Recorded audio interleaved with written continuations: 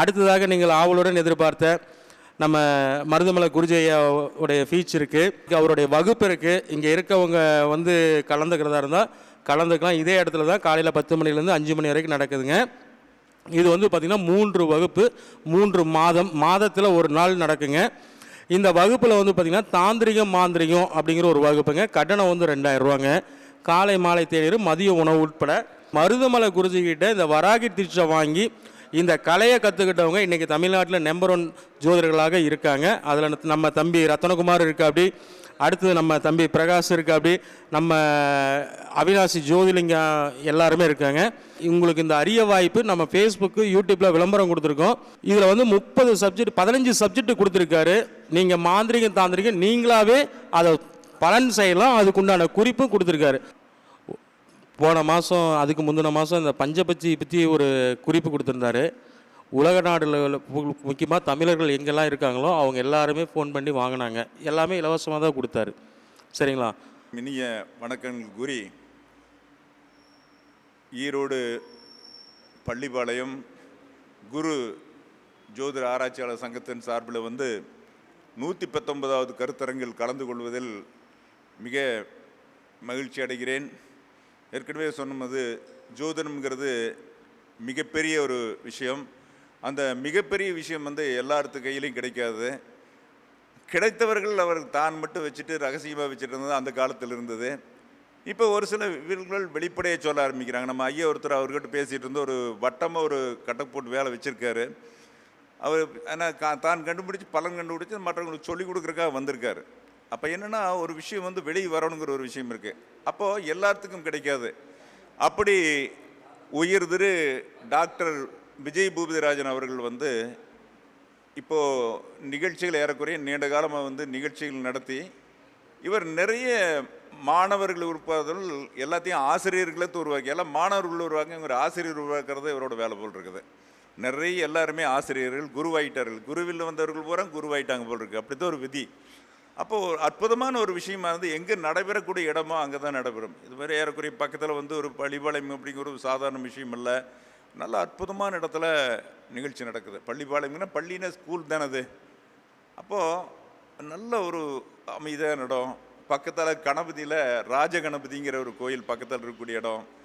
அப்போ இறைவனுடைய ஒரு கொடுப்பினை அது விஜய் பூபதிராஜனுங்கிறது மிகப்பெரிய பேரளவா. விஜய பூபதிராஜன் அப்படி ராஜாவுக்கே மிகப்பெரிய ஒரு கிரீடம் இருக்கும். விஜய் பூபதிங்கிறது இந்த அற்புதமான மிகப்பெரிய பேரளவா 3 பேரோட அமைச்சிருக்கல. எம்ஜி ராமச்சந்திரனுக்கு இருக்க மாதிரி இவருக்கு 3 பேர். அப்போது சாதனைகள்ங்கிறது ஒரு சாதாரணமான விஷயம் இல்லை. எல்லா மனுஷனுக்கும் கிடைக்காது. நம்ம சொல்லிக்கலாம் மொழிய சாதனைகள் கிடைக்காது. அப்போ சாதனைகள் புரியறதுக்கு வாய்ப்பு கிடையாது. நான் பண்ணிடலாம் நாட்டை ஆண்டலான்னு சொன்னாலும் கூட அந்த வாய்ப்பு எல்லாத்துக்கும் கிடைக்காது. அது நம்ம இவர் ஐயாவுக்கு கிடைச்சிருக்குது. ஐயா வந்து திறம்பட தன்னுடைய வேலை செஞ்சுட்டு பணியை செஞ்சுட்டு ஜோதிடத்துக்கு மிகப்பெரிய நல்ல ஒரு சேவை செஞ்சிட்ருக்கார். சாதனைகள்ங்கிறது அதுதான். அப்போ இவர்களிடம் வந்து கூட இருந்து இங்கே வந்து பேசி உயர்ந்தவர்கள் தான் எல்லாருமே. பேசி பழகி உயர்ந்தவர்கள் வந்து திருக்குறு வட்டத்தில் பார்த்தா பெரும்பாலுமே அதிகபட்சம் கண்ணுக்கு தெரிஞ்சவங்க பூராமே அவரை தான் சொல்லக்கூடிய சூழ்நிலை இருக்குது. அதுதான் இறைவன் கொடுப்பனைங்கிறது. அது மாதிரி இடத்துலேருந்து இப்போ நான் வந்து பேசுகிறோம். அதாவது அவருடைய உயர்ந்த மனம், உயர்ந்த குணம், ஒரு உண்மையான ஒரு நல்ல நட்பு அவர் வந்து நாளும் கண்டிப்பாக ஜெயிக்க வைக்கும். இது 119வது கருத்தரங்கு அப்படிங்கிறத விட இது வந்து 1000 கருத்தரங்கத்தோடு தொடக்கூடிய வாய்ப்பு இருக்குது. தொடர்ச்சியை செஞ்சிட்ருப்பார். இப்படியெல்லாம் வந்து வெற்றி அப்படிங்கிறது வந்து ஏறுமுகம்தான். அவர் வந்து நீ பின்னால் நடந்த திசையை பார்க்கக்கூடாது, முன்னால் நோக்கி நடந்து கொண்டே இருக்கணும். அதாவது எல்லாத்திலையும் போட்டுட்டு இருப்பாங்க, புழுதிவாரி தூட்டுவாங்க. அதெல்லாம் பார்க்கணும். நம்ம என்ன குதிரைக்கு கடிவாளம் போட்டு மாதிரி we can go straight forward. அப்போ தான் அது இட் இஸ் அ வந்து ஃபார்முலா, வின்னிங் ஃபார்முலா. அதுதான் நம்ம போகக்கூடியது என்னென்னா வின்னிங் ஃபார்முலா. அதுதான் அந்த ஃபார்முலையை அவர் பிடிச்சிட்டு நிறைய சாதனை புரியிட்டு வாழ்த்துக்கள் கூறி சொல்லி இன்றைக்கி வந்து ஒரு சில விஷயங்களை நம்ம பேசுவோம். பரிகாரங்கள் அப்படிங்கிற மாதிரி சொல்லலை. ஏன்னா பரிகாரங்கள் சொல்கிறதுக்குள்ள அவர் 2 புலிகள், முன்னால் ஒரு புலி இருக்குது, பின்னால் ஒரு புலி, ரெண்டுமே புலி. ஏன்னா சிங்கன்னு சொன்னால் தப்பாக போயிடும். புலிகள் 2 புலிகளும் உட்காந்துருக்குது. ஏன்னா அந்த புலிக்கு தான் வந்து 8 அடி பாய்ஞ்சா 16 அடி பாயக்கூடிய வேகம் இருக்குது. 2 புலிகளும் பயங்கரமான. ஒரு புலி பாஞ்சிடுது, அடுத்த புலி பாய தயாராகிட்டு இருக்குது, என்ன வேகமாக ஓடணும்னு தெரியல, அந்த வேகத்துக்கு ரெடி ஆகிட்டு இருக்குது. அப்போ புலி ஜெயிக்கணும் அல்லவா? அதனால் நாம் வந்து புலிக்கு தகுந்த மாதிரி கொஞ்சம் ஒரு சில வேஷங்களை கம்மி பண்ணிட்டு புலி கொஞ்சம் நேரம் பேசுகிற கொடுவோம். அப்போ என்ன வேகம் புலி ஓடுதுன்னு தெரிஞ்சிருமில்லவா? ஸோ வந்து அதாவது நம்ம என்னென்னா, நம்ம கூட இருக்கிறவங்க, நாம் வளர்த்தி விட்டவங்க, அவங்க வளர்றதை பார்த்து பெருமைப்படுறது தான் ஒரு ஜோதிடத்தில் உள்ள ஒரு தாற்பயம். ஒன்று தான் வளருதல், பிறரை வளர வைத்தல். அப்போ தான் வளர ரெண்டும் ஒரே டயத்தில் நடக்காது. பிறரை வளர வைக்கலாம், வர்றவங்களை எல்லாம் வந்து ஊக்குவித்து கொடுத்து பன்னெண்டு வளர வைக்கிறது எளிமையான வேலை. இப்போ தான் மட்டும் வளர்றதுங்கிறது என்னென்னா, ஒருத்தரையும் கண்டுக்கூடாது, நாம் மட்டும் போயிட்டே இருக்கணும், மற்ற வந்து எதை பற்றியும் கண்டுக்கூடாது, யார் வந்தால் வந்தாவா போனாப்போ அப்படிங்கிற ஒரு விஷயத்தில் பண்ணக்கூடியதான் தான் வளர்றதுங்கிற விஷயம். ஸோ வந்துன்னா இதில் நம்ம இந்த விஷயங்கள் என்னென்னா, பரிகாரங்களாகட்டும் ஜோதிடம் ஆகட்டும், இதில் ஜெயிக்கிறதுக்குங்கிற விஷயம் நிறைய காரணிகள் இருக்குது. இப்போ நம்ம பார்க்க வேண்டியது என்ன அப்படின்னா, தெரிஞ்சுக்க வேண்டிய விஷயம் என்ன அப்படின்னு கேட்டோன்னா, அன்றாடம் இப்போ சமீப காலகட்டத்தில் என்னென்ன பிரச்சனை இருக்குதோ அந்த பிரச்சனைக்கு மட்டும் நம்ம தீர்வு கொடுத்தா போதும். அது மட்டும்தான் இப்போ நடக்கக்கூடிய விஷயம். நிறைய ஆராய்ச்சி பண்ண வேண்டியதில்லை. முதல் ஒரு விஷயம், வந்து இவன் தான் ஜெயிக்கிறானா இல்லையா அப்படிங்கிற விஷயம், தன்னை பற்றி ஒரு விஷயம். ரெண்டாவது 5 குழந்தைகள் அப்படிங்கிற ஒரு விஷயம். குழந்தைகள் வந்து வளர்த்தக்கூடிய முறையில் தான், ஏன்னா குழந்தைகள் வந்து சின்ன குழந்தைகளாக இருக்கும், அப்புறம் மேலே படிப்படியாக போது ஒரு 16-17 வரும்போது திசை மாறி போகக்கூடிய குணங்கள். திருமணம் வாழ்க்கை தானே ஒரு தந்தை தாய்கள் நடத்த வேண்டிய திருமணத்தை தானே நடத்தி கொண்டு எப்படியோ பறக்குது. இதெல்லாமே இது காரணம்னா அடிப்படை விஷயங்கள் வந்து இது ஒரு விஷயங்கள். அப்போ அது என்னென்னா, குழந்தைகள் திருமணம் 2 விஷயத்தையும் கொண்டு வந்துடுது. அதுக்கு அடுத்தபடியே பார்க்குற போது என்ன பிரச்சனை இருக்குது? கணவன் மனைவி பிரச்சனை. கல்யாணம் பண்ணியாச்சு, கல்யாணம் பண்ண பிறகு கணவன் மனைவி பிரச்சனை, இப்படி ஒரு விஷயம். அதுக்கடுத்த என்ன பிரச்சனை இருக்குது? சொத்து பிரச்சனை. அண்ணன் தம்பி 2 பேர் இருப்பாங்க, அண்ணன் தம்பி சொத்து பிரச்சனை, தீராத பிரச்சனை அப்படிங்கிற ஒரு விஷயம் இருக்குது. அதை தாண்டி குழந்தைகள் இல்லாத பிரச்சனை, பிறக்கிறதே கிடையாது. என்னதான் மருந்து மாத்திரை லேகியம் ஜூரணம் சாப்பிட்டாலும் குழந்தைகள் கிடைக்கிறதில்லை. அப்போ இதுக்கெல்லாம் என்ன காரணம் அப்படிங்கிற விஷயத்தை விட, அப்புறம் அதுக்கடுத்து இன்னும் ரொம்ப பாதிக்கப்படுற விஷயம் என்ன அப்படின்னா, கொடுத்த பணம். யாருக்கு கொடுத்துட்டோம்னா எங்கே போனாலும் இட் இஸ் ஒன் வே வாய்ப்பு. கொடுத்த பணம் திரும்பி வரதில்லை. காலையில் ஒரு அம்மா கூப்பிட்டு நான் 4 லட்சம் ரூபா கொடுத்துட்டேன், தம்பிக்கு நம்பி கொடுத்தேன், கொடுக்க மாட்டேங்கிறானு, அதுக்கு என்ன பண்ணுறது? அப்போ இதெல்லாமே வந்து ஒரு காலத்தினுடைய கட்டாயத்தின்படி பணம் நடந்துட்டு இருக்குது. அப்போ பணம் கொடுத்த பணம் வராதன்மை. அதுக்கு அடுத்தது தொழில் அமையாத தன்மை. அதுக்கடுத்து இருக்கு நம்மளுக்கு தெரியக்கூடிய விஷயம் என்ன?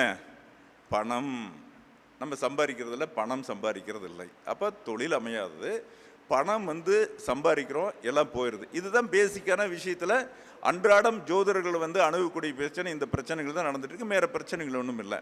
அப்போ பேசிக் இது என்ன, எப்படி என்னென்ன விஷயத்தில் வந்து அப்படிங்கிற விஷயத்தை பார்த்தோம். இதுக்கான தீர்வுகள் என்ன அப்படிங்கிற விஷயத்த நம்ம கண்டுபிடிச்சிடலாம். முதல் அடிப்படை என்ன அப்படின்னு கேட்டிங்கன்னா, இதில் நம்ம வாழ்க்கையில் ஜெயிக்கிறதுக்கு நம்ம செய்ய வேண்டிய விஷயம் என்ன அப்படின்னு கேட்டிங்கன்னா, ஜோதிடர்களுடைய ஒரு தர்மம் அப்படிங்கிறது, அவர்களுக்கு உணவு வழங்கக்கூடியது யாருன்னா 9 கிரகங்கள் தான். அவனோட வாழ்வாதாரத்தை பூர்த்தி பண்ணக்கூடியது வந்து 9 கிரகங்கள். அதனுடன் யார்? குலதெய்வம். அவன் எந்த தெய்வத்தை கும்பிட்டாலும் அதற்கு முன்னால் நிற்கிறது குலதெய்வம் தான் நிற்கும். நினச்சிட்டு இருக்காங்க, இல்லை நான் போய் இந்த கும்பிட்டேன். அவன் குலதெய்வமே வந்து விட்டு மறந்து விட்டு போனாலும் குலதெய்வம் அவனை விடாது. அவர் யமனே வரும்போது குலதெய்வம் கூட அவன் பின்னால் ஐயோ அவனை விடுன்னு சொல்லக்கூடிய ஆற்றல் பெற்றது குலதெய்வம் மட்டுமே. ஸோ இந்த குலதெய்வம் தான் ஃபஸ்ட்டு வந்து நிற்கும். எந்த சாமிகிட்ட போனீங்கன்னாலும் சாமியோடைய வலதுகை பக்கம் வந்து குலதெய்வம் ஆசனம் பண்ணும். அதனால தான் வந்து சாமிகிட்ட போகும்போது சாமியோட வலதுகை பக்கம் இருந்து கும்பிடு அப்படின்னு சொல்லி வச்சுருக்காங்க. அதை நம்ம எப்படி எல்லாமே சாமியுடைய வலதுகை பக்கம் நின்று சொல்லுவோம். அப்போ நம்ம கும்பிடும்போது என்ன பண்ணோம்னா, அந்த இறைவனை நம்பிய குலதெய்வமே, அப்புறம் அங்கே இருக்கிற தெய்வம் மூல தெய்வத்தை நினச்சிட்டு எனக்கு நான் இன்ன காரியத்துக்காக வந்திருக்கேன், அந்த காரியம் நடக்கும்னு கும்பிட்டால் மட்டுமே அந்த காரியங்கள் நடக்கும். குலதெய்வத்தை நினைக்க வேண்டும். அப்போ மூலஸ்தானத்தில் உள்ள தெய்வத்தை வணங்கும்போது குலதெய்வத்தை வணங்கி வந்தால் தான் அந்த பல நடக்கும் அப்படிங்கிற ஒரு விஷயம் இருக்குது. அப்போ குலதெய்வம் முக்கியம் வருது. அப்போ குலதெய்வம் அதனுடன் இருக்கிறது நவகிரகங்கள். நவகிரகங்கள்னா இந்த சூரியன் சந்திரன் இப்போ உள்விட்ட 9 கிரகங்களும் தான் நம்மளுக்கு ஒரு வாழ்வாதார பிரச்சனை. நமக்கு மட்டும் ஜோதிடர் மட்டுமல்ல, உலகுக்கே. அப்போ உலகோர் அனைவருக்குமே வந்து இந்த 9 கிரகங்கள் தான் வழிநாட்டிட்டு இருக்குது. எந்த விதமான மாற்று கருத்தும் இல்லை. அப்போ 9 கிரகங்கள் தான் வாழ்வார். பேர் பாரதில் எது நம்ம சொல்லுவோம், அந்த காலத்தில் வந்து திருவண்ணாமலையில் வந்து இடைக்காட்டு சித்திரம் வந்து அவர் சொல்லும் போது வந்து நாட்டில் வந்து கடுமையான வறட்சி வந்தது. அப்புறம் என்ன அவர் சாப்பிட்றதுக்கு அந்த திருகள்ளி பால் சம்திங் எல்லாம் கொடுத்துட்டு வந்தார். அப்படி கொடுத்துட்டு வந்தாலும் கூட என்னாச்சு, சொன்ன மாதிரி வறுமை வந்துடுது. அப்புறம் நினச்ச மாதிரி என்ன பண்ணுறாரு, உடனே அந்த தன்னுடைய ஆடுகளுக்கு இந்த திருகளி எல்லாம் கொடுத்து கொடுத்து வளர்த்துறாரு. இவர் நல்லா இருக்கார், இவர் ஆடு நல்லா இருக்குது, எல்லாமே இவர் இருக்கிற இடம் நல்லா இருக்குது, கொழு கொழுன்னு இருக்குது. அப்போ இதை பார்த்து என்ன பண்ணுறாங்க அப்படின்னா, நவகிரகங்கள் என்ன பண்ணுதுன்னா, என்னடா உலகமும் சொன்ன மாதிரி வறுமை வந்துடுது, என்ன பண்ணுறது அப்படின்னு சொல்லி யோசனை பண்ணிட்டு அந்த 9 கிரகங்களும் இங்கே இவரை தேடி வருது. இவர் வந்து கண்டுபிடிச்சிட்டாரோ நவகிரகங்கள் தான் நம்மளை தேடி வந்திருக்குன்னு சொல்லி போட்டு 9 கிரகங்களுக்கு என்ன பண்ண, நம்ம வீட்டுக்கு வந்தால் தண்ணி கொடுப்போம். அப்போ அந்த சமயத்தில் வறுமை. அப்போ தண்ணி இல்லாதவர் என்ன பண்ணதுன்னா, அந்த தண்ணி பாலை கொடுக்குறாரு, எல்லாம் குடிச்சுத்தான் போகணும்னு கொடுக்குறாரு. கொடுத்ததே மயங்கி எல்லாம் விழுந்துடுறாங்க. அப்போ மயங்கி விழுந்தது என்ன பண்ணுறாரு அப்படின்னா, எந்தெந்த கிரகங்கள் எங்கிருந்தால் மழை பெய்யுமோ அதே போல் போட்டு அந்த பிறாரு நாடு பூரா செழிக்குது, மழை வருது. இது ஒரு தாத்பரியம். இது ஒரு பரிகாரமாக பண்ணார். இது வந்து தாந்திரிக பரிகாரம். இதே போல் இந்த கிருஷ்ணர் என்ன பண்ணுறாரு, மகாபாரத யுத்தத்துக்கு முன்னால் வந்து பூஜை பண்ணுறார். முன்னத்த நாளே பூஜை பண்ணுறார், அமாவாசை பூஜை பண்ணுறார்.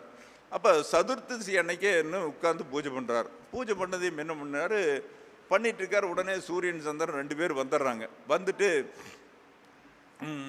பூஜை பண்ணிட்டு இருக்காங்க. வந்ததுமே, கிருஷ்ணா நாங்கள் நாளைக்கு தானே சந்திக்கிறோம், நீ இன்னைக்கு வந்துட்டியே அப்படின்னு.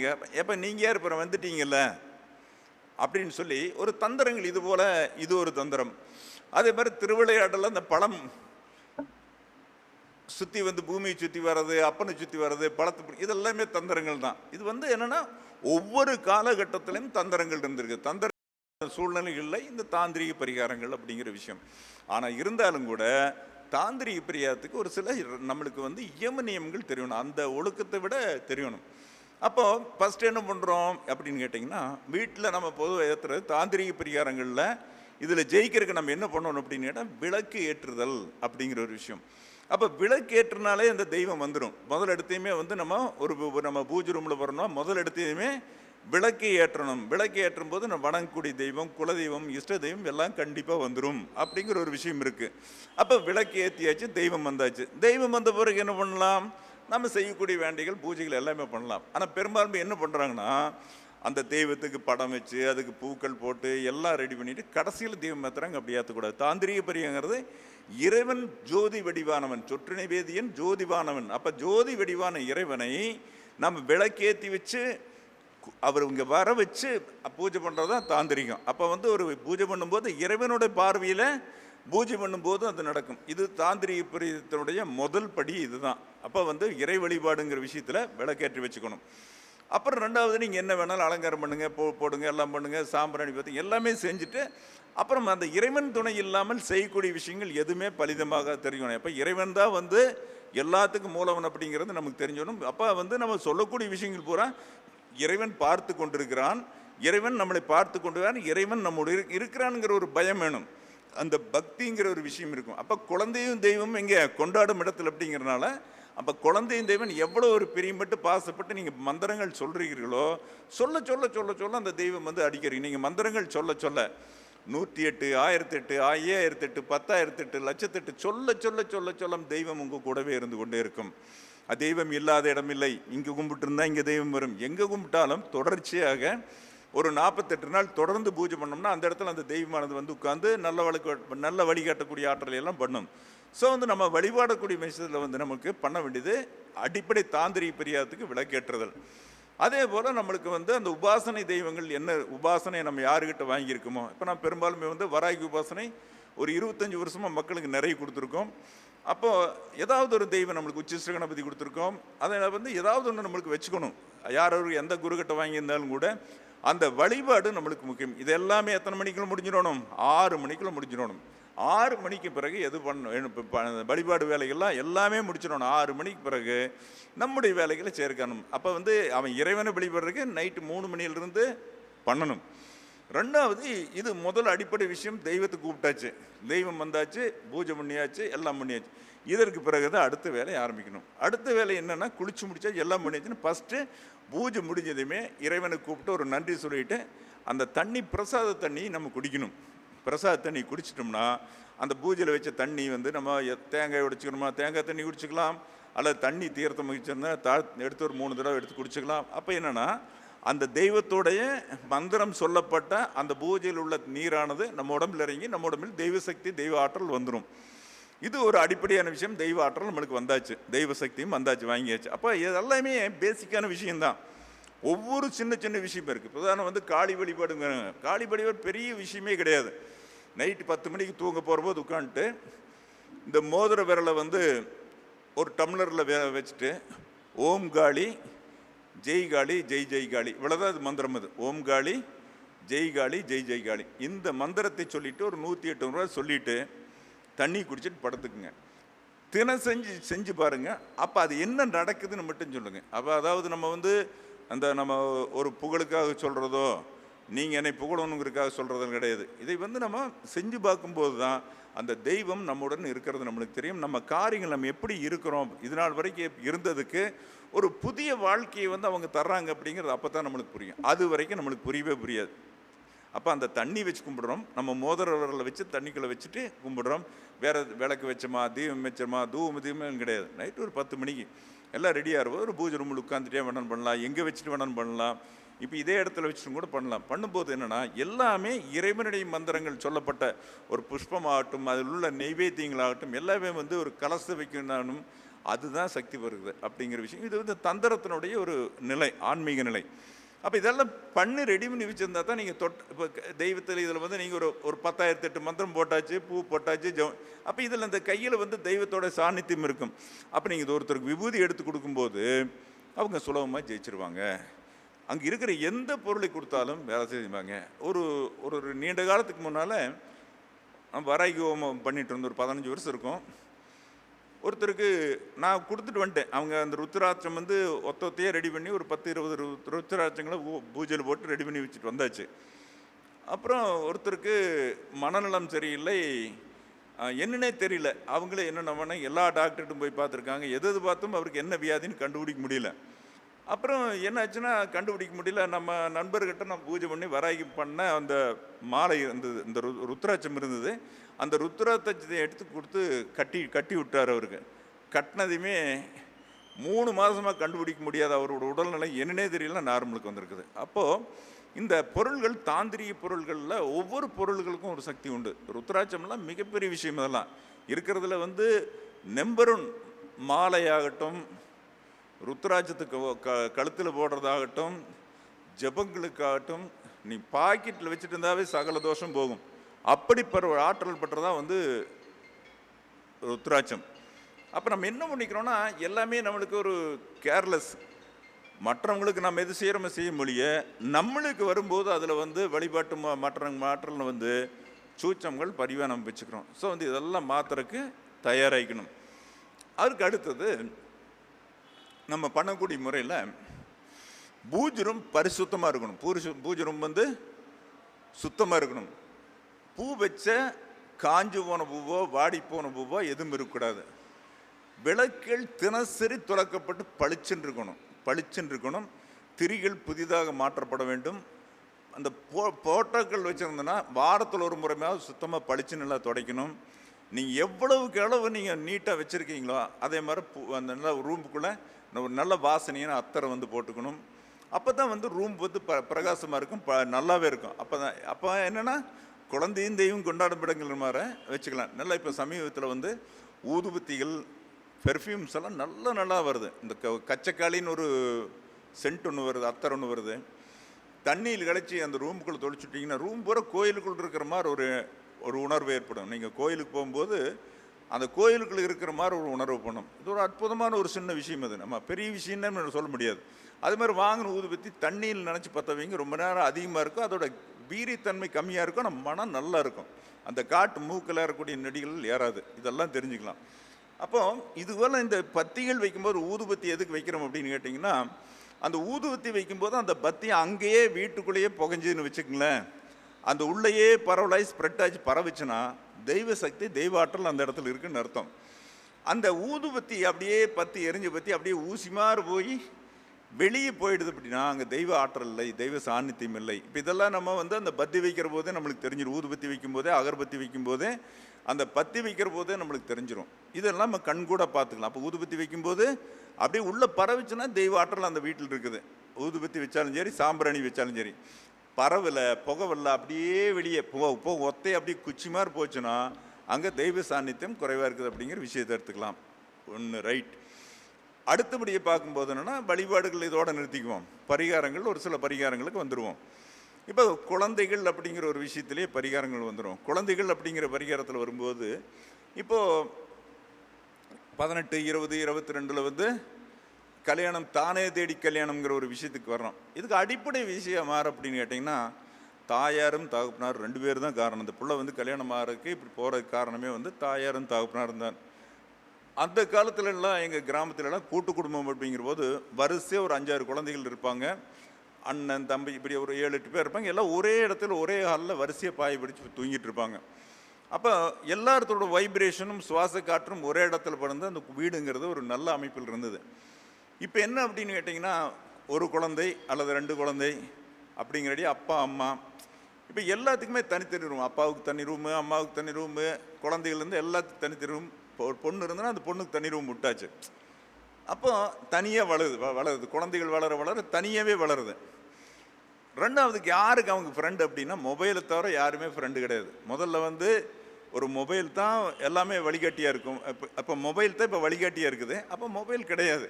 அப்போ குடும்பத்துக்குள்ளே பேசுகிறக்கோ புழங்குறக்கோ இருக்கும். ஒரு உறவு நம்ம வீட்டுக்கு திடீர்னு ஒரு மாமா மச்சான் வந்தாங்கன்னா நம்ம வீட்டிலுங்க அத்தனை பேரும் வந்து வெளியே போய் மாமா மச்சான்னு கூப்பிடக்கூடிய உறவுங்கிற ஒரு விஷயம் இருந்தது.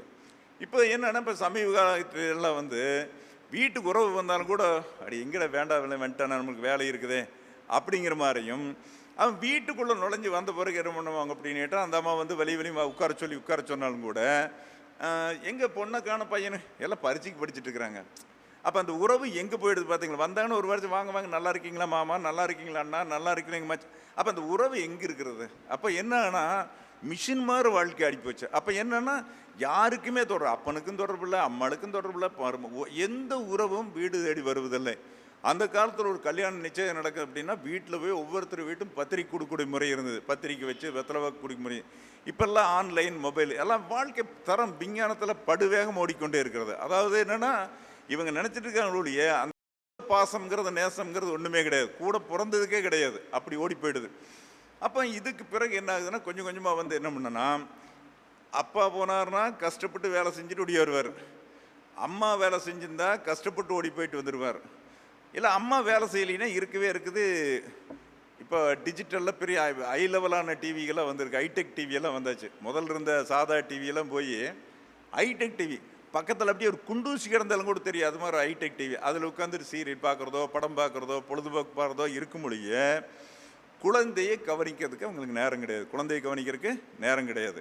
அப்போ அந்த குழந்தை என்னென்னா, அப்பாவோட பாசம் கிடையாது, அம்மாவோட பாசம் கிடையாது. அப்பா நைட்டு வருவார், என்ன பண்ணா வந்துட்டானா, அதுவும் கூட கேட்க மாட்டேன். ஏட்டா சாப்பிட்டேன்னு கேட்கக்கூடிய ஒரு உறவு கிடையாது. ஒரு குழந்தைய நீ சாப்பிட்டையா, யார் கணவன் மனைவி 2 பேரும் ஏமா இவ்வளோ நேரமாக சாப்பிட்டியா இல்லையான்னு கேட்குற உறவு கிடையாது. தலைவர் போயிட்டார், வேலைக்கு போயிட்டு வந்தார், எனக்கு சாப்பிட்டீங்களான்னு கேட்குறேன். அந்த அப்போ உறவுங்கிற விஷயம் என்னென்னா, ஒரு விசாரித்தல் இல்லாமல் அது ஒரு மிஷின் மாதிரி ரொட்டீன். அப்போ என்னென்னா 2 பேர்த்துக்குள்ள ஒரு பரஸ்பரம் வந்து பேச்சு உறவு இருந்துனா தான் வந்து நட்புங்கிறது இருக்கும். அப்போ என்னன்னா 2 பேர்த்துக்கு இருக்கு 1 வருஷம் 2 வருஷம் 3 வருஷம் 4 வருஷம் இருக்கும்போது 2 பேருக்கும் அந்யோன்யம் நட்பு இல்லாமல் போய்கிறது. அப்போ வந்து வீட்டுக்கு வந்து அப்புறம் என்ன பண்ணணும், ஆளுக்கு ஒரு மொபைலுக்கும் வெடி மொபைல் தான். கேம் பார்க்க, விளையாட பார்க்க, அதில் பார்க்க, சீரியல் பார்க்க, ஃபேஸ்புக் பார்க்க, வாட்ஸ்அப். அவனோட வாழ்வாதாரமே அதில் தான் இருக்கிறதாம், வாட்ஸ்அப்பில் தான் அவனுடைய வாழ்வாதாரம். அதை பார்த்தா தான் அவனுக்கு லட்சக்கணக்கில் கோடிக்கணக்கில் படம் வருமாம். இப்படியெல்லாம் வந்து வாழ்க்கையில் வந்து ஓடிட்டு இருக்குது எல்லாமே. அப்போ என்னன்னா, இது எல்லாமே என்னென்னா அவங்கள் வந்து வியாபார விருத்திக்காக எல்லாம் பண்ணிகிட்டு இருக்காங்க. ஒரு காலத்தில் தெரியும், இதே வந்து மொபைலில் வந்து 1 GB 30 நாளைக்கு 1 GBக்கு 200 ரூபா 250 ரூபா கொடுத்து பார்த்துட்டு இருந்தாங்க. இப்போ என்னன்னா அன்லிமிட்டட், அதே 200 ரூபா கொடுத்தா அன்லிமிட்டட் வந்து பார்த்துக்கலாம், 30 நாளைக்கு வெடி பார்த்துக்கலாம்.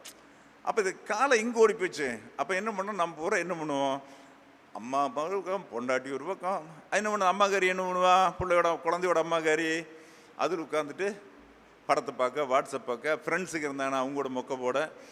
குழந்தை வந்தது, அம்மா படிச்சுட்டு வந்தேன், இன்றைக்கி எப்போவுமே வாத்தியார் சொல்லி கொடுத்தாங்க, நீ மதியம் ஒன்று பண்ண சாப்பாடு நல்லா இருந்ததா, நீ சாப்பிட்டையா, காலையில் சாப்பிட்டு போனேன், பசிச்சதா, என்ன பண்ண எது பண்ண, மத்தியானம் வந்தா, மிஸ் ஏதாலும் சொல்லி விட்டுவாங்களா, ஏதாவது பணங்கினம் கட்டணுமா, என்னமோ பண்ணிட்டு பக்கத்தால் ஒரு வார்த்தை கூப்பிட்டு அனுசரித்து பேசக்கூடிய அம்மா கிடையாது. இப்போ வேணா கொஞ்சம் என்னோட குழந்தையும் கொண்டு போய் விடுற போது கொஞ்சலாம், அவங்க ஸ்கூல்லேருந்து கூட்டிகிட்டு போகிறது கொஞ்சம் இது சின்ன குழந்தைகளுக்கு மட்டுமே.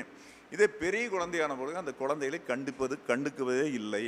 அப்போ குழந்தை என்ன அப்படின்னா அதோட பாணியிலே தான் சுயமாகவே வளர்க்குது. எப்படி புதன் எப்படி ஏகலவனாக வளர்ந்தானோ, மற்ற கிரகங்கள்லாம் வந்து இருந்தாங்க. புதனை வளர்த்துறதுக்கு ஒருத்தரும் இல்லை. புதன் வந்து அனாதையை பிறந்தாப்புல எங்கேயோ வந்தார், அப்புறம் கொண்டு வந்து விட்டுட்டாங்க. சந்திரன் யாருக்கிட்ட 27 பெண்கள்கிட்ட யாருக்கிட்ட வளர்த்துறதுன்னு சொன்னாப்புல ஒருத்தர் வளர்த்த மாட்டேன்ட்டாங்க. அப்போ அதில் வந்து ரோகிணி நட்சத்திரமும் கார்த்திகை ரோகிணி இந்த 2 நட்சத்திரமும் வளர்த்துறன்னு சொல்கிறாங்க. அவங்க 2 பேர்த்துக்கிட்ட தான் புதன் வளருது. அப்போ புதன் வளர்ந்து பெருசான பிறகு தானே சுயம்புவாக சதுர் வேதங்களும் கற்று எல்லா சாஸ்திரங்களும் கற்று தானே சுயம்புவாகி குறிப்பிட்ட வயசு வந்த பிறகு அந்த இடத்தை விட்டு அந்த குழந்தையானது வந்து எங்கேயும் ஒரு வர்ணாசிரமத்துக்கு வேற பக்கம் போயிடுது. அப்போ சுயம்புங்கிறவன் புதன் மட்டுமே. அப்போ இதெல்லாம் வந்து அந்த காலத்தில் இப்போ குழந்தைங்க அப்படி தான் சுயம்புவாகவே எல்லாம் கற்றுருக்குது. ஒரு ஆசிரியர் எந்த வாத்தியார் தப்பு இருக்காரு, பொருளை வந்து ஒரு தலை சொங்கி இருக்குதா, சிரிச்சிட்டு இருக்குதா, கலகலப்பாக இருக்குதா, என்ன பண்ணிட்டு இருக்குதுங்க நம்ம விசாரிக்கிற. போயிட்டு வந்த பக்கம் எப்படி இருக்காங்க, அதே மாதிரி அவங்களுடைய சின்ன வயசில் 1வது 2வது ஃப்ரெண்டுகள்லாம் எப்படி நல்ல ஃப்ரெண்டு கூட சேர்ந்ததா, கெட்டு போடுற ஃப்ரெண்டு கூட சேருதா. அப்போ நம்ம இதை எல்லாமே கவனிக்க தவறுகிறோம். இது எல்லாத்துக்கும் உள்ள ஒரு பொது விஷயம். குறிப்பிட்ட 10 வயசுக்கு 15 வயசு தரஞ்சுன்னா நம்ம பார்த்துக்கணும் என்னென்ன பண்ணுது, அவங்களோட ஃப்ரெண்டு யார், இது எப்படி இப்படி பழகுது. அப்போ நம்ம என்ன பண்ணணும்னு விசாரிக்கணும், அழகாக வந்து விசாரிக்கணும். என்னம்மா சாப்பிட்டேம்மா, பசிக்குதாம்மா, வாமான்னு சொல்லி நம்ம இப்போ பண்ணி வச்சிருக்கு போய் சாப்பிடு. இல்லைன்னா சர்வெண்ட்டு போட்டு வச்சுருப்பாங்க, சர்வெண்ட்டுக்கிட்ட எல்லாம் வேணுங்கிறதெல்லாம் சொல்லிக்க சாப்பிடு. இது வந்து குடும்பத்துக்கு இருக்கிற பாசத்தை தள்ளி போட கிடைக்கும். நம்முடைய குழந்தைகள் வந்துன்னா கூப்பிட்டா நாம் பெற்ற குழந்தை தானே. அப்போ குழந்தைகளுக்கு நம்ம சோறு போடுறதுல இன்னும் குறைஞ்சி போச்சு, வான்னு சொல்லி பக்கத்தில் ஊட்டியும் கூட விடலாம். ஊட்டி விட்டு 2 வாய் சாப்பிடுன்னு சொல்லக்கூடிய அளவுக்கு அதுதான் நெருக்கம், பாசம் நெருக்கம்ங்கிறதெல்லாம் காணாமல் போயிடுச்சு. அப்போ 5 மணிக்கு ஸ்கூல்லேருந்து வந்தேன்னா வாடா சாமி வா அப்படின்னு சொல்லி கை கால் மூஞ்சி கழுவிட்டு வா, எதாவது பாத்ரூம் போயிட்டு வா, ரெப்ரெஷன் ஆகிட்டு வான்னு சொல்லி போட்டு வந்து சாப்பாடு கொடுக்கணும், ஏதாவது கொடுக்கணும், காப்பி கீப்பி வச்சு கொடுக்கலாம். அப்போ அந்த குழந்தைக்கு சந்தோஷப்படுத்தப்பட நம்ம அந்த பாசத்தை யார் காமிக்கணும், அப்பா அம்மாங்க 2 பேருமே பாசத்தை காமிக்கும்போது அந்த பாசத்தை வெளியே எங்கேயும் அந்த குழந்தை தேடி போகாது. அப்போ என்ன பண்ணும், வெளியே ஒன்றும் இல்லையா, ஃப்ரெண்ட்ஸுக்கு நல்லா நியாயமாக பேசுவாங்க. அப்புறம் இடையில போகும்போது அந்த திசை மாதிரி போகிற காரணமெல்லாம் அந்த அன்பு பாசம்தான். இப்போ நீங்கள் துணி இன்றைக்கி நல்லா இருக்குது, உனக்கு மேட்சிங்கானு சொல்லக்கூடியது, உனக்கு மேட்சிங் பண்ணி கரெக்ட் அது எடுத்துருக்குது, அது எப்படி இருந்தாலும் பரவாயில்ல, கரெக்டாக செலெக்ஷன் பண்ணி எடுத்திருக்கேன், எப்படி உனக்கு புரியுது, கரெக்டாக நான் எடுத்தாலும் கூட நல்லா இல்லை, நீ கரெக்டாக செலெக்ஷன் பண்ணி. அப்போ பாராட்டுதல்ங்கிற ஒரு விஷயம் அந்த குழந்தைக்கு பிடிக்கும். அப்போ அதே மாதிரி ஒரு செயின் போட்டிருந்தா பிடிக்கும், சடை போட்டிருந்தா பிடிக்கும். அது பூராமே எது செஞ்சாலும் பாராட்டணும், நல்லா இருக்குன்னு சொன்னது. குழந்தை பாராட்டல் என்ன குறைஞ்சி போச்சு. அப்போ வந்து என்னென்னா குழந்தை அதான் சொல்லி இன்னைக்கு காலையில் ஒரு வாட்ஸ்அப் போட்டிருந்தேன், நல்லதொரு குடும்பம் ஒரு பல்கலைக்கழகம் அப்படின்னு சொல்லி போட்டிருந்தேன். அப்போ குடும்பம் தான் ஒரு பெரிய பல்கலைக்கழகம் மாறினா குடும்பத்தில் இருக்கிறவங்க தான் எல்லாத்தையும் ஒரு உதாரணமாக இருக்கணும். குடும்பம் கரெக்ட் ஆகும்போது தான் எல்லாமே உலகம் வந்து சரிப்படும். அப்போ குடும்பத்துக்குள்ளே சரியில்லாத போது அப்போ நம்ம உதாரணம் தேடி எப்படி இருக்கும், சரி வரலவா. ஸோ வந்து என்னென்னா இந்த பாசங்காட்டுதல் அப்படிங்கிற இருக்கும்போது குடும்பத்தில் எந்த விதமான பிரச்சனையும் வராது. பிள்ளைகளும் குழந்தைகளும் அப்பா அம்மா பேச்சு கேட்டு இருப்பாங்க. எங்கே வந்து அந்த பாசம் விடுபடுகிறதோ குழந்தைகள் அப்பா அம்மா பேச்சு கேட்காமல் வெளியே திசை மாறி போகக்கூடிய காரணம் அப்பா அம்மா தான் காரணம். இது வந்து மெயினான விஷயம். சாமி குற்றம், குழந்தை குற்றம் அதெல்லாம் விடையில. அப்புறம் உடனே ஜோசின்னு வந்து குழந்தை ஜாதகம் சரியில்லை, நான் அப்பவே சொன்னேன் கேட்டேன். எதாக இருந்தாலும் நம்ம வந்து ஒரு விஷயம் எனக்கு தெரிஞ்ச ஒரு சின்ன ஒருவர் அவருடைய குழந்தை வந்து 4வது படிக்குது, எல்லாத்தையும் கல்லெடுத்து அடிக்கும். 4ங்கிறது 9 வயசு. டீச்சர் கல்லடிக்கும், வாத்தியார் கல்லடிக்கும், பையங்களோட சண்டை போடும், பயங்கரமாக பிரச்சனை பண்ணும். அப்போ இவர் என்ன பண்ணுவார், வீட்டுக்கு வந்தால் அந்த குழந்தை அவங்க உடனே டீச்சர் கூப்பிட்டு என்னங்க பையன் ரவுடியாக அடிக்கிறான் பிடிக்கிறான்னு இவரும் சேர்த்து அடிக்கிறது, அம்மாளையும் சேர்த்து எல்லாமே அடிக்கிறத தவிர எந்த வேலையும் கிடையாது. டம்னு இருக்கிறது அடிக்க அது வீரியமாக அடிக்கிறக்க ஆரம்பிக்கும், எல்லாத்தையும் அடிக்கும், மண்டை ஒழுக்கிற மாதிரிலாம் அடித்து போடும். அப்புறம் சுற்றி வந்தாங்க. இது நடந்து ஒரு 20 வருஷம் இருக்கும் இந்த நிகழ்ச்சி நடந்து. அப்புறம் பார்த்தேன், என்னென்னு பார்த்தேன், ஜாதகம் பார்த்துட்டு அப்புறம் தெரிஞ்ச சூழ்நிலை நம்மளுக்கு புரிஞ்சிடும். ஏன்னா வந்து பொதுவாக வந்து ஜோதிடனுக்கு வந்து உளவியல் தெரிஞ்ச மாதிரி தான் இருக்கணும். உடனே நான் கணக்கு பண்ணேன், இங்கே பாசம் கிடையாதுன்னு சொல்லி முடிவு பண்ணிட்டேன். அப்பா வேலைக்கு போயிட்டார், குழந்தை கவனிக்கிறது, அம்மா வேலைக்கு போயிட்டாங்க, குழந்தை கவனிக்கிறதில்ல. அப்போ அந்த பாயிண்ட் தெரிஞ்சதுமே என்ன பண்ணேன், உடனே கேட்டோம்னா சரிங்க அதெல்லாம் நடந்து விடுங்க, குழந்தைய அன்பு பாசத்தை உங்ககிட்ட எதிர்பார்க்குது, நீங்கள் அடிக்கிறீங்க, அடித்த குழந்தை திருந்துன்னு நினச்சிட்டு இருக்கிறீங்க, அடித்த எந்த குழந்தையும் திரும்புது, அது இருக்க போர் சாய் வந்து திருப்பி நீங்கள் மேலானா கொஞ்சம் கிளவனான மாதிரி உங்களை பிடிச்சி சாத்து கைகால உடச்சி விடும். இதுதான் நடக்கும். அந்த விஷயத்தை பண்ணாதீங்க, பாசத்தை காமிங்கன்னு சொன்னேன். என்ன எப்படி காமிக்கிறதுன்னு உங்களுக்கு தெரியாதானே, எனக்கு தெரியவே இல்லையே அப்படின்னாங்க. நைட்டு அந்த குழந்தை படுத்துருக்கிற போது 9 மணிக்கு படுக்கிற போது குழந்தைகிட்ட போய் சொல்லுங்க, இந்த குழந்தை அது தூங்கிட்டு இருக்கிற போது கதவை சாத்திடுது தூங்குது, நீங்கள் புருஷன் பொண்டாட்டி 2 பேர் பேசிக்கணும். ஏம்மா குழந்தை ஒரு தெய்வ குழந்தை, நம்மளுக்கு ஒரு குழந்தை இருந்தாலும் அழகான குழந்தை, ஏன் நான் செல்லம் கொடுக்காம இருக்கேன் தெரியுமா? செல்லம் கொடுத்தா கெட்டு போயிடுவான் அப்படிங்கிறதுக்காகத்தான் நான் வந்து மிலிட்டிக்கார மாதிரி உதைக்கிறேன். ரொம்ப பாசம் காமிச்சேன்னா அப்பா பாசம் காமிக்கிறான்னு செல்லமாயி நின்றுவான். நம்ம குலங்கோத்திரத்திலே இது மாதிரி ஒரு கெட்டிக்கார பையன் இல்லை, எனக்கு நல்லாவே தெரியும். இருந்துன்னா அவன் வந்து நல்லபடி போகிறதுக்கு தான் நான் அடிக்கிறேன்னு அப்படிங்கிற ஒரு விஷயத்தை சொல்லிடு அப்படின்னு. உடனே அவன் பொண்டாட்டி ஜெயிச்சக்க, அப்படிங்களா அதுக்கு தான் அடிக்கிறீங்களா? நானும் அதுக்கு தான் அடிக்கிறேனுங்க அப்படின்னு சொல்லி அவன் அம்மா சொல்கிறேன். இந்த குழந்தை பார்த்துட்டு இருக்குது, கேட்டுட்டு தான் தூங்கிடுதுன்னு நினைக்காம நான் பேச சொல்லி சொன்னேன். அடுத்த நாள் என்ன பண்ண சொன்னேன், காலையில் வந்து எடுத்து கொடுத்தாங்க, அந்த புள்ள போயிடுது, அந்த பையன் போயிட்டான். ஈவினிங் வந்ததுமே 5-6 மணிக்கு வந்ததுமே அவர்கிட்ட கூப்பிட்டு முதல்ல சொன்னேன், நீங்கள் சாமான்கள் வீட்டுக்கு காய்கறி வாங்குறக்கு டே போய் பணம் எடுத்துகிட்டு விட, பைய எடுத்துகிட்டு விடான்னு கூப்பிட்டுக்குங்க, வண்டியில் வச்சுக்குங்க, கூட்டிகிட்டு போங்க. அவனை கூட்டிகிட்டு போய் வீட்டில் பெரிய மனுஷனை பண்ணுங்க, அவனை கூட்டிகிட்டு போய் உட்கார வச்சு கடையில் போய் கேளு, உனக்கு என்னென்ன வேணுமோ வீட்டுக்கு பிடிச்சதெல்லாம் வாங்குடா. அவன் நீங்கள் சொல்லிடு, வீட்டில் அம்மா கிட்ட கேளு என்னென்ன காய்கறி வேணும்னு கேட்டுக்கோ, நீ போய் வாங்குடான்னு சொல்லி கூட போய் விட சொல்லி சொன்னேன். அப்புறம் போய் கேட்டதையுமே அவன் அது வாங்க இது வாங்க எல்லாம் வாங்கினா, அவங்ககிட்ட பொறுப்பு விட்டதையுமே அந்த ஒரே நாளில் அந்த பையன் தெரிஞ்சிட்டான். அப்போ திருந்துறதுக்கு காரணம், கெட்டு போகிறதுக்கு காரணம் வந்து தாய் தந்தையர் தான். அப்போ இதை சொல்லிக் கொடுக்குறவன் ஜோசியன், அவன் தான் குரு. அதை நம்ம தெரிஞ்சுக்கணும். அப்போ வந்து சரியாக வழிகாட்டுதல் பண்ண முடியும்போது தான் ஜெயிக்கும். ஸோ டோட்டலில் இந்த 12 கட்டத்தில் வரக்கூடிய லட்சக்கணக்கான பிரச்சனைக்கு காரணமே வந்து தாயாரும் தகப்பனாரும் தான், வேறு யாருமே கிடையாது. அந்த காலத்தில் வந்து 3 தலைமுறை ஒரு 100 வயசு பெரியவர் இருப்பார். அந்த பெரியவர் வந்து நடக்க கூட முடியாது, தலைங்க கூட திரும்ப முடியாது. இப்படி திரும்பி பார்த்தாருன்னா அவருக்கு கீழே 80 வயசுக்காரன் 60 வயசுக்காரன் ஒரு 100 பேர் இருப்பாங்க. எல்லாருமே ஐயோ ஐயோ கோபம் இருந்துன்னு சொல்லி அந்த பயம் பாசம் பக்திங்கிறது இருந்தது. இப்போ அதெல்லாம் வந்து வேறு விதம். சமீபத்தில் ஒரு நிகழ்ச்சியில் ஒருத்தர் சொன்னாங்க, புள்ள வந்து ஒருத்தனை லவ் பண்ணுது, மூல நட்சத்திரத்து பையனை லவ் பண்ணுது. அப்புறம் அதுக்கிட்ட கேட்டிருக்காங்க, ஏம்மா மூல நட்சத்திரம் லவ் பண்ணக்கூடாதுல்ல, ஜோசியர் சொன்னாங்க மூல நட்சத்திரம்னா அப்பனுக்கு கண்டம், அப்பனுக்கு சாவு வந்துடுமா, நிச்சயம் பண்ணால் செத்துருவாங்களாம்மா அப்படின்னு சொல்ல, அந்த புள்ள சொல்லிச்சாம்மா எப்படி இருந்தாலும் அப்பன் ஜாகத்தானே போகிறான், செத்துட்டு போகிறான். இது இப்படி ஒரு யதார்த்தமான ஒரு வார்த்தையை அது பேசியிருக்குது. எப்படி இருக்குன்னு சொல்லுங்க பார்க்கலாம். அப்போ இது காரணம் என்னன்னா, சின்ன வயசுலேருந்து இவங்க வந்து அது படிக்கட்டுங்க, கேட்குறதெல்லாம் வாங்கி கொடுத்துட விலை, மொபைல் வாங்கி கொடுக்க, அது வாங்கி, இதைய பாசமாக கூப்பிட்டு மடியில் உட்கார வச்சு, அதை பக்கத்தால் உட்காந்துனா மடியில் உட்கார வச்சு தலை சீவி விடவோ தலைகோதி விடவோ, அதுக்கு பந்த பாசம் காமிச்சிருந்து அந்த புள்ள வந்து பாசத்துக்கு எங்கேயும் வெளியே போயிருக்காது. இதெல்லாம் வந்து அடிப்படையில் ஒரு விஷயம். அப்போ இதெல்லாம் நம்ம பண்ண வேண்டிய விஷயத்தில் முதல்ல குழந்தையை சரி பண்ணுறதுக்கு இதுதான் விஷயம். நம்ம வந்து ஆரம்பத்தில் ஃபவுண்டேஷன் கரெக்ட் ஆகிடுதுன்னா குழந்தைகள் கெட்டு போகாது, கண்டிப்பாக அந்த வம்சம் குலம் கோத்திரத்தை மாறி போகாது அப்படிங்கிற விஷயத்தை தெரிஞ்சுக்கணும். அதுக்கு அடுத்தபடியாக பார்க்குறது என்னன்னா குலதெய்வம் அப்படிங்கிற விஷயம். குலதெய்வம் வந்து கட்டாயம் வந்து நம்ம வழிபாடுகள் வந்துன்னா தான் குழந்தைகள் பிறக்கும். ஏற்கனவே சொன்னாங்க, மணிமேலை அம்மா சொன்னாங்க குழந்தைகள் இது மாதிரி பிரச்சனை இருக்குன்னு சொன்னாங்க. 2வது சொன்னேன், இதெல்லாம் அங்க பிரதட்சமெல்லாம் பண்ணுவாங்க. அப்போ அந்த கர்ப்பப்பை கரெக்டாக சுத்தாகும்போது தான் பண்ணுவாங்க. அப்படி அது சீரடையிறக்கு வேண்டி தான் அங்க பிரதட்சம் பண்ணுறது. கர்ப்பை மாறி இருந்தாலும் கூட குழந்தை பிறக்காது, அதுக்காகத்தான் பண்ணுவாங்க அப்படிங்கிற விஷயத்தை நான் கிராமத்தில் தெரிஞ்சிருக்கேன். நான் கிராமத்தில் இருந்தனால அந்த விஷயங்கள் போகிறது ஓரளவுக்கு கொஞ்சம் தெரியும். முழுசாக தெரிஞ்சவங்க இருக்குன்னு தெரியும், ஓரளவுக்கு நம்மளுக்கு ஞாபகத்தில் உண்டு. அப்போ இந்த குழந்தைகள் அப்படிங்கிற விஷயத்துக்காக இது எல்லாம் கிராமப்புறத்தில் பண்ணக்கூடிய விஷயந்தான். அப்போ இந்த குழந்தைக்குங்கிற போது ஜாதகப்படி இருக்கிறத விட குலதெய்வங்கிறது நம்ம குலத்திலிருந்து இறந்து போனவங்களுடைய ஆத்மா தான் குலதெய்வமாக வர்றது. அதனால் அவங்கவுங்களுக்கு குலதெய்வத்துக்கு போய் வழிபடுதல் ரொம்ப ரொம்ப ரொம்ப ரொம்ப சிறப்பு, ரொம்ப சிறப்பு.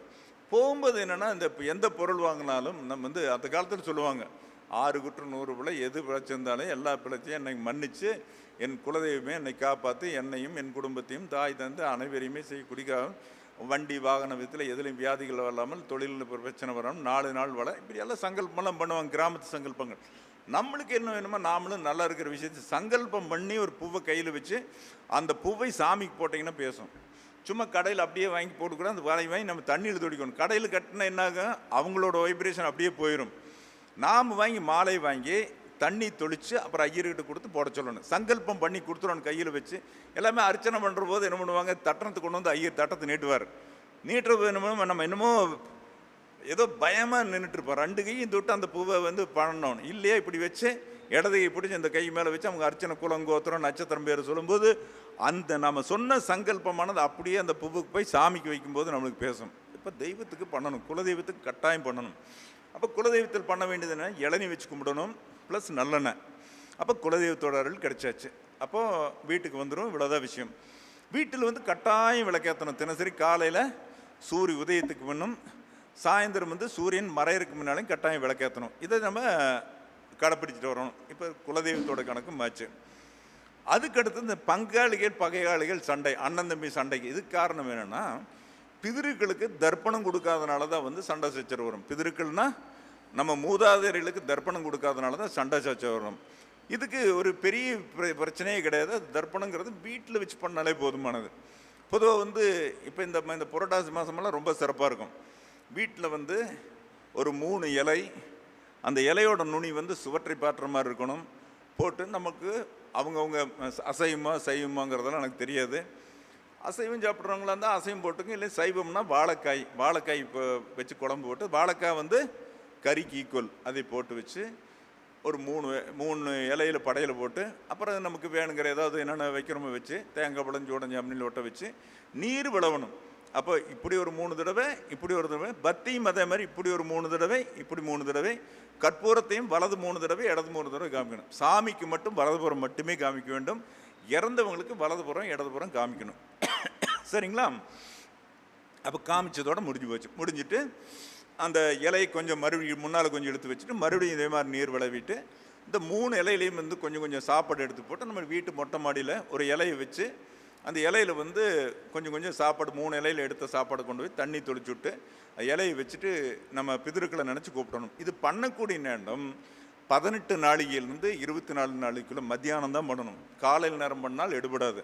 இப்போ 18 நாளிகைங்கிறது ஏறக்குறைய மத்தியானம் 1 மணி சுமாருக்கு வரும். அந்த சூரிய உதயத்தை பேஸ் பண்ணி கணக்கு பண்ணிக்கங்க. 18 நாளிகை அந்த இதுதான் வந்து பிதர்களுக்கு தர்ப்பணம் கொடுக்கக்கூடிய நேரம். இறந்தவங்களுக்கு சாப்பாடு அவங்க வந்து. அப்போ ஆத்மாக்கள் என்ன பண்ணணும்னா, ஒவ்வொரு ஆத்மாக்களும் இது மாதிரி குறிப்பிட்ட அமாவாசை இது மாதிரி குறிப்பிட்ட நாளில் நம்ம வீட்டுக்கு வரும். வேற எங்கேயும் போகாது, நாம் இருக்கிற வீட்டுக்கு தான் வரும். அந்த சமயத்தில் கொடுத்தோம்னா நம்மளை வாழ வைக்கும். மதிக்கணும் ரொம்ப. மற்ற அதாவது தெய்வங்களுக்கு கும்பிடும்போது விட குலதெய்வத்துக்கு கும்பிடும்போது ரொம்ப ரொம்ப ரொம்ப ரொம்ப மரியாதையாக இருக்கணும். அப்போ தான் வந்து அவங்களுடைய, ஏன்னா அவங்க கோபக்காரராக இருப்பாங்க. அந்த இங்கே ஆத்மா இருக்க வரைக்கும் அந்த ஆத்மா மாதிரி கோபம் அதிகமாக வரும் அவங்களுக்கு. அப்போ நம்ம கரெக்டாக மரியாதை பண்ணணும், இதெல்லாம் செய்யணும் ஆச்சுங்களா. அப்புறம் இளநீ கட்டாயம் வைக்கணும். இளநீ வச்சுட்டு என்ன பண்ணணும், வச்சு பூஜை பண்ணி முடிச்சுட்டு ஒன்று குடித்தா குடிக்கலாம், இல்லைன்னா என்ன பண்ணணும், மேலே கொண்டு போய் மொட்டை மாடியில் வச்சிடலாம். அது பாட்டு தண்ணி தானே விற்றுரும், அல்லது பூமியில் ஊற்றிடலாம். எப்படி ஊற்றினாலும் பரவாயில்ல. குடிக்க வேண்டிய வேசம் இது கிடையாது. சாப்பாடு வேணால் உதிரி இருக்கிற 3 இலையில் இருக்கிற சாப்பாட்டை ஒரே ஆள் சாப்பிட்றதானு சாப்பிட்டுக்கலாம், 3 பேர் சாப்பிட்றதானு சாப்பிட்டுக்கலாம். ஏதாவது வஸ்திரங்கள் வச்சுருந்தா கிழிஞ்சு போகிற மாதிரி வஸ்திரம் எடுத்து வச்சு கும்பிடணும். இது வந்து பிதிர்களுக்கு அழகான விஷயம், வீட்டில் பண்ணக்கூடியது. இப்போ நீங்கள் எங்கே போய் ராமேஸ்வரம் போங்க, எங்கே போய் போடுங்க, அதெல்லாம் உங்களுக்கு மனசுக்கு உட்பட்ட விஷயம். இது வீட்டில் பண்ணோம்னா வீட்டில் தெய்வ நடமாட்டங்கள், தெய்வ சக்தி வந்து முழுசாக இருந்து நம்மளுக்கு வேலை செய்யும். அப்படிங்கிறது எந்த விதமான மாற்றம் இல்லை. இதுவும் முடிஞ்சு போச்சு. அப்போ இது வந்து குலதெய்வத்துக்கு மாச்சு, பிதிர் தர்ப்பணங்களுக்கு மாச்சு, பிதர்களுக்கு பூஜை பண்ணியாச்சு. அப்போ அவங்களோட ஆசீர்வாதம் கிடைச்சிடும். அப்போ அவங்களோட ஆசீர்வாதம் கிடைக்கும்போது என்ன ஆகுதுன்னா, இந்த அண்ணன் தம்பி சண்டை விளைகிறோம். இப்போ இந்த அண்ணன் தம்பிக்கு என்னென்னா, அவங்கள கவனிக்கலைன்னா அண்ணன் தம்பி சண்டை, பங்காளி சண்டை இருக்கும், சொத்து சம்பந்தமான பிரச்சனைகள்லாம் இருக்கும். ஸோ வந்து அவங்களை கவனிக்க வேண்டும், தெளிவாக நம்ம தெரிஞ்சுக்கணும். அப்போ வந்து அவங்களுக்கு தர்ப்பணம் கொடுக்குறதோ திதி கொடுக்குறதோ இதை செஞ்சுட்டு வந்தோம்னா நமக்கு நிறைய முன்னேற்றம் கிடைக்கக்கூடிய வாய்ப்பெல்லாம் நாளுக்கு நாள் இருக்கும். இது ஒரு விஷயம். அதுக்கு அடுத்தது திருமணம்ங்கிற விஷயத்துக்கு 5ஆம் இடம் குழந்தைகள், திருமணம் ரெண்டுமே அதுதான். இப்போ திருமணம்ங்கிற விஷயத்துக்கு மட்டும் இந்த திருமணம்ங்கிற விஷயத்துக்கு வரும்போது பரிகாரங்கள், ஏகப்பட்ட பரிகாரங்கள் இருந்தாலும் கூட நம்முடைய விஷயத்தில் சொல்லப்பட்ட அந்த வாழைப்பூ பரிகாரம் அப்படிங்கிறது ஏறக்குறைய நீண்ட காலமாக பயன்படுத்திட்டு வரோம். ஏறக்குறைய 80லேருந்து வாழைப்பூ பரிகாரம் பயன்படுத்திட்டு வரோம். இந்த வாழைப்பூ பரிகாரம்ங்கிறது என்ன அப்படின்னு கேட்டிங்கன்னா, ஒரு சிம்பிளான விஷயம், நிறைய சொல்லலை, சிம்பிளான விஷயம். ஒரு வாழைப்பூ கலசம்ங்கிறது என்ன அப்படின்னு கேட்டிங்கன்னா, ஒரு வாழை இலை, அந்த வாழை இலை நுனி எப்பவுமே வாழை இலை போட்டால் எப்படி இருக்கணும், அதோட நுனி வடக்கு முகமாக நிற்கணும், வடக்க இமயமலை பார்த்த மாதிரி தான் இருக்கணும். அதுக்குள்ள நடுவில் 9 அரச இலை, அந்த அரச இலையோட நுனி சென்ட்ரல் இருக்கணும். அப்படியே அந்த காம்பு வர வெளியே இருக்கிற மாதிரி 9 இலைகளை வைக்கணும். அப்புறம் அதற்கு மேலே உளுந்து ஒரு 1/4 கிலோ, கொள்ளு ஒரு 1/4 கிலோ வைக்கணும். கொள்ளு வச்சு அதுக்கு மேலே மண்பானையில் கலசம், அந்த கலசத்துக்குள்ளே பால் ஒரு லிட்டர் 1.25 லிட்டர் பிடிக்கிற மாதிரி பால் வாங்கிக்கணும். பசும்பால் வந்து நமக்கு வாங்கிட்டா ரொம்ப சிறப்பு. பாக்கெட்டு பாலை விட பசும்பால் ரொம்ப சிறப்பு. பசும்பாலை வாங்கிக்கோங்க. பசும்பாலை வாங்கிட்டு அழகாக வச்சுக்கோங்க. இது ஒரு செட்டாச்சு. ரெண்டாவது என்னென்னா, விநாயகருக்கு பூஜை பண்ணாலும் எந்த காரியம் நடக்காது. விநாயகருக்கு என்ன பண்ணணும், ஒரு வாழை இலை, ஒரு மஞ்சளில் பிள்ளையார் பிடிச்சிக்கலாம். இல்லை கிராமத்து பார்த்தோன்னா சாணி அடிக்கணும், பசுஞ்சாணத்தில் பண்ணுறது ரொம்ப சிறப்பு. பசுஞ்சாணத்தில் பிள்ளையார் வச்சு 3 அருகும்புல் வச்சு, அப்புறம் அதுக்கு வெத்தலை பாக்கு தேங்காய் பழம் சூடஞ்சாமி எல்லாம் உடைச்சி வச்சு பூஜை பண்ணணும். அதே போல் இந்த இது பண்ணிவிட்டு இந்த கலசம் வைக்கிறோம் பார்த்தீங்களா எப்படின்னு, வாழை இலை, அதற்கு மேலே அரசன் இலை, அதற்கு மேலே உளுந்துங்கிறது உடைக்காத உளுந்து வச்சுட்டு, அதுக்கு மேலே பானை வச்சு, பானைக்கு நூல் சுற்ற வேண்டியதில்லை, மண்பானை. அதற்கு மேலே வந்து வாழைப்பூவை வைக்க வேண்டும். அந்த நுனி மேல் நோக்கின மாதிரி முதல் பானை வாங்கும்போது என்ன பண்ணணும், அந்த வாழைப்பூ உள்ளே போகாத, அந்த ஓட்டக்குள்ளே உள்ளே போகாத மாதிரி ஒரு பெரிய சைஸாக வாங்கிக்கணும். வாங்கிட்டு கலசத்து மேலே வச்சிடலாம். பூ போடுறதுனா போட்டுக்கலாம், பூ வந்து போட்டுக்கலாம். சரிங்களா? அடுத்தபடி என்ன பண்ணணும், விநாயகர் பூஜை பண்ணியாச்சு. விநாயகர் அவங்க உங்களுக்கு தெரிஞ்ச மந்திரங்களை சொல்லுங்கள், விநாயகர் பூஜை பண்ணிக்கோங்க. இந்த நவகிரகத்துக்கு, இந்த நவகிரகம் இந்த ராகு கேதுக்கு தான் பூஜை பண்ணணும். ஒரு காரியங்கள் திருமண தடைங்கிற ராகு கேது தான்.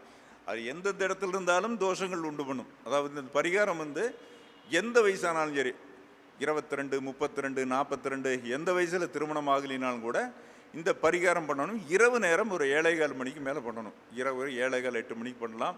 பண்ணோம்னா திருமண காய்க்கும் அதிகபட்சம் நம்மளுக்கு ஒரு 90 நாளுக்குள்ளே சக்ஸஸாக இருக்க வாய்ப்பு இருக்குது, அதிகபட்சம். இதுக்கு மேலே நடக்கலைன்னா அவ்வளோதான், ஆண்டவனுடைய கணக்குன்னு வச்சுக்கலாம். இருந்தாலும் கூட மறுபடி ஒரு தடவை செஞ்சு விடலாம், தப்பு கிடையாது. ஏன்னா ஆண்டவன் இப்போ வழிபாடுகளுக்கு மேலே எதுவும் கிடையாது. Prayer never fail. அப்போ வந்து தெய்வத்தை வழிபோடு அது கண்டிப்பாக தோஷங்கள் இல்லை, ப்ரேயர் வந்து கண்டிப்பாக தோற்று போகாதுங்கிற ஒரு விஷயம் இருக்குது. வழிபாடு பண்ணிவிட்டு நவகிரகத்தை பண்ணியாச்சு, இந்த நவகிரகங்கிற விநாயகர் பண்ணியாச்சு, இந்த ஸ்தாபிதம் பண்ணியாச்சு. இதுக்கு மந்திரங்கள் சொல்லணும். இதுக்கு என்ன மந்திரம்னா, ராகுவோட மந்திரம். ஓம் ராகுவே நமக, ஓம் கேதுவே நமக. இந்த மந்திரத்தை ஒரு எவ்வளோ தடவை சொல்லணும்னா, இந்த ராகு மந்திரம் எவ்வளோ நேரம் முடியுதோ அந்த வயசுக்கு தகுந்த மாதிரி பண்ணணும். அங்கே வயசு கம்மியாக இருக்குன்னு வச்சுக்கோ, ஒரு 20, 25 வயசுனா கம்மியாக சொன்னால் போதும். ஒரு 30, 35, 40ங்கிற போது, ஒரு 40னா ஒரு 1008 மந்திரமாக சொல்லலாம். ஒரு 1040 வயசுங்கிற போது ராகுக்கு ஒரு 1008, கேதுவுக்கு ஒரு 1008, ஒரு அரை மணி நேரம் சொன்னால் போதுமானது மந்திரம் வந்துடும். இதுக்கு வந்து பீஜம் வந்து ராகுக்கு வந்து க்ரௌம் அப்படின்னு ஒரு பீஜம் இருக்குது. ஓம் க்ரௌம் ராகுவே நமக, ஓம் சௌம் கேதுவே நமக. இந்த 2 பீஜத்தை சொல்லிடுறோம். சொல்லிவிட்டு கற்பூரத்தை பற்ற வச்சு நாம் சாமி கும்பிட்டு, அந்த யாருக்கு திருமணம் ஆகணும் அவங்கள எங்கே இருக்க வேணும், கலசத்துக்கு பின்னால் அவங்களை உட்கார வச்சிடணும். வாழைப்பூ கலசத்துக்கு பின்னால் அவங்கள அந்த கலசத்தை பார்த்த மாதிரி உட்கார வச்சுக்கணும். முதல்ல உட்காந்து வேறு மற்றவங்க யாரும் பூஜையில் உட்காரக்கூடாது. அந்த பர்டிகுலர் ஒரு ஆளுக்கு யாருக்கு திருமணமோ அந்த ஒரு ஆளுக்கு மட்டும்தான் பூஜை பண்ணணும். ரெண்டு பேர்த்துக்கு நடக்கலைன்னாங்கிறதும் கிடையாது. பூஜை பண்ணிவிட்டு அந்த ஆளை எந்திரிக்க சொல்லி அந்த கலசத்தை விநாயகரோடு சேர்த்து ஒரு 27 சுற்றி சுற்றணும். அப்போ 27 சுத்த வரைக்கும் கற்பூரம் எரிஞ்சிட்டே இருக்கணும். அப்போ 27 சுற்றின பிறகு அப்படியே அவங்க பாத்ரூம் போக சொல்லி நாம் இது கலசத்தை எல்லாம் கலைச்சி ரெடி பண்ணிவிட்டு, இதில் பால் இருக்குமில்லவா, இந்த பால் எடுத்து வச்சுக்கணும்.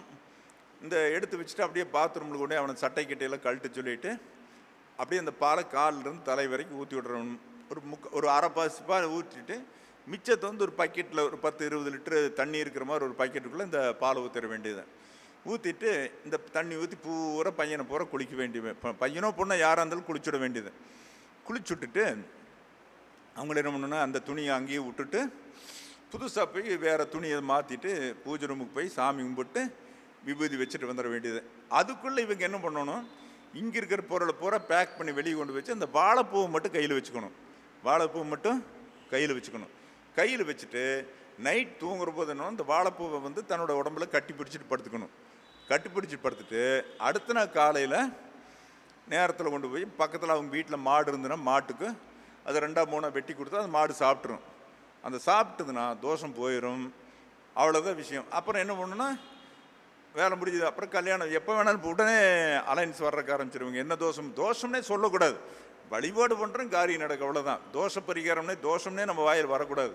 ஏன்னா குரு பார்த்தால் கோடி தோஷம். இப்போ நம்ம ஜோசியருங்கிறது குரு பார்க்கும்போது கோடி தோஷம் போயிடுறப்ப இதுக்கு தோஷம் இருக்குன்னு நம்ம சொல்லணும். ஆனால் தடையை ஏற்பட்டிருக்குது, என்ன காரணம்னு தெரியாது. இந்த பூ வந்து வாழைப்பு பரிகாரம் ரொம்ப அற்புதமாக இருக்குது. திருமணம் வந்து எந்த சூழ்நிலையில் 2ஆம் திருமணம் நடக்கலாம், நடக்கலினாலும் நடக்கும். முதல் திருமணம் தாமதம்னாலும் நடக்கும். இப்போ இது செஞ்சு பார்க்கலாம் யார், ஏன்னா இது நம்ம நிறைய கொடுத்துருக்கோம், நம்ம சிஷ்யர்கள் நிறைய பேர் செஞ்சிட்ருக்குறாங்க. அதனால் இதை செஞ்சு பாருங்கள். திருமணம் நடக்காதவங்களுக்கு தன் வீட்டில் வந்து கண்டிப்பாக நடக்கக்கூடிய வாய்ப்பு இருக்குது. பயன்படுத்தி பாருங்கள், எந்த விதமான மாற்றம் இல்லை. சரிங்களா? அப்போ திருமணத்துக்கு அடுத்து இருக்கக்கூடியது தொழில் அப்படிங்கிற விஷயம். அதுக்கு அடுத்து தொழில்ங்கிற விஷயம். அப்போ தொழில் விஷயத்துக்கு என்னென்னா ஒன்றுமே வேண்டியதில்லை. சனிக்கிழமை அன்னைக்கு அரச மரத்து சுத்துங்கள், கொடுத்த பணம் வரும். வேலை இல்லாதவங்களுக்கு வேலை கிடைக்கும், வேலை இல்லாதவங்களுக்கு வேலை கிடைக்கும். தொடர்ச்சியாக செஞ்சுட்டு வரணும். சனிக்கிழமை 6 to 7 அரச மரத்துக்கு ரெகுலராக பண்ணிட்டு வந்தோம்னா கட்டாயம் வேலை கிடைக்கும். அதே மாதிரி தொழில் இல்லாதவனுக்கு தொழில் கிடைக்கும், பணம் கொடுத்த பணம் வரும். இதெல்லாம் அந்த அரச மரத்து பரிகாரத்தில் செய்யும். அதே போல் வெள்ளிக்கிழமை தவறாமல் வந்து உப்பு பாக்கெட் வாங்கிட்டு வந்து வீட்டில் வச்சுக்கணும். குளிக்கும்போது அந்த உப்பை வந்து தினசரி ஒரு நாமல் உப்பு போட்டு குளிச்சுட்டு வரலாம். இதெல்லாமே நம்முடைய தோஷத்தை விலைக்கு லட்சுமி கடாட்சத்தை கொடுக்கக்கூடிய விஷயம் இருக்குது. இதோட இன்னொரு குட்டி பரிகாரத்துடன் நிகழ்ச்சி முடிச்சுக்கலாம். குட்டி பரிகாரம் என்ன அப்படின்னு கேட்டிங்கன்னா, அவங்கவுங்க குலதெய்வ கோயிலில் காவல் பூதங்கள் இருக்கும். பெருசு பெருசாக கத்தி வச்சுருப்பாங்க. அந்த பூதங்களுக்கு 12 விளக்கு வைக்கணும். நல்லெண்ணெய் விளக்கு வச்சுட்டு தேங்காய் பழமெல்லாம் உடச்சி கும்பிட்டு, இந்த கொடுத்த பணம் வர யார் கொடுத்தீங்களோ பணம் வரலையோ அந்த தெய்வத்திட்டு வேணுனீங்கன்னா 12 விளக்கு வைக்கணும். அது தேங்காய் விளைஞ்சு எல்லாம் வச்சு அதுக்கு தனியாக முதல்ல வந்து நம்ம மூலத்தில் இருக்கிற நம்ம வழிபடு தெய்வத்துக்கு குலதெய்வத்தை வழிபட்டுட்டு வெளியே வந்து அந்த காவல் தெய்வத்துக்கு பூஜை பண்ணோம்னா கொடுத்த பணம் பூரா வரும். அப்படிங்கிறது எந்த வித மாற்றம் இல்லை. ஸோ வந்து இதில் நம்ம அப்போ சொன்ன மாதிரி இப்போ அன்றாட வாழ்க்கையில் என்னென்ன பிரச்சனைகளுக்கு என்னென்ன சொன்னால் தீரும் அப்படிங்கிற விஷயத்தெல்லாம் சொன்னேன். இதெல்லாம் பயன்படுத்தி பாருங்கள். ஏன்னா ஒவ்வொருத்தருமே இன்னும் பரிகாரங்கள் சொல்லிக்கொண்டே போகலாம். ஒரு சிறந்த வாய்ப்பு 119வது குரு ஜோதிட ஆராய்ச்சியாளர் சங்கத்தின் பாரில் நடந்ததில் வந்து ரொம்ப சந்தோஷப்படுகிறேன். இந்த நிகழ்ச்சியை கேட்டவங்களும் இதை பார்த்து கொண்டிருக்கிறவங்க அனைவரும் வந்து இதை செஞ்சு பயனடைங்க. வாழ்க்கையில் எல்லாமே ஜெயிக்கிறதா நம்ம நோக்கமாக இருக்கணும். எந்த விஷயத்துலையும் பாசிட்டிவாக பேசுங்க. எப்போவுமே நெகட்டிவ் வார்த்தை விட்டுருங்க. என்னால் முடியும்னு சொல்ல வரைக்கும் உங்களால் எல்லாமே முடியும். அதே சமயத்தில் முடியாதுன்னு சொல்லும்போது முடியாமல் போயிடும். ஸோ வந்து நீங்கள் இன்று முதல் என்னென்னா பாசிட்டிவ் எனர்ஜிகளை வாங்க. எல்லாத்துக்கும் நன்றி சொல்லுங்கள். You can do anything.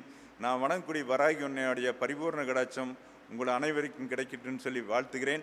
அத்துடன் இந்த நல்ல வாய்ப்பு கொடுத்த டாக்டர் விஜய் பூபதிராஜனுக்கு வந்து வாழ்த்து கூறி நிகழ்ச்சியில் நடைபெறுகிறேன். நன்றி, வணக்கம். ஐயா வந்து பார்த்திங்கன்னா நான் ஜோதிட துறைக்குள்ள வந்ததுலேருந்து ஐயாவை எனக்கு தெரியும். ஆனால் ஒரு வருஷம்தான், சரியாக ஒரு வருஷம் ஆக போகுது. அதுக்குள்ளே தான் நான் ஐயாட்ட பழக ஆரம்பித்தேன். ஐயாட்ட நிறைய வாய்ப்பு கிடச்சி ஒரு தீபம் ஏற்றுறதுக்கு ஒரு டைம் கொடுத்தாரு. ஒவ்வொரு காரியங்கள் செய்கிறதுக்கு ஒரு டைம் கொடுத்தாரு. உண்மையாலுமே 100% சக்ஸஸ் இருக்குது. 45 வருஷம் என் வயசு, அவரோட அனுபவம் கூட என் வயசு இல்லை. எனக்கு 42 தான் ஆகுதுங்க. அதனால் வந்து இந்த பொன்னாடையை வந்து அவர் கையிலேயே கொடுத்தாரு.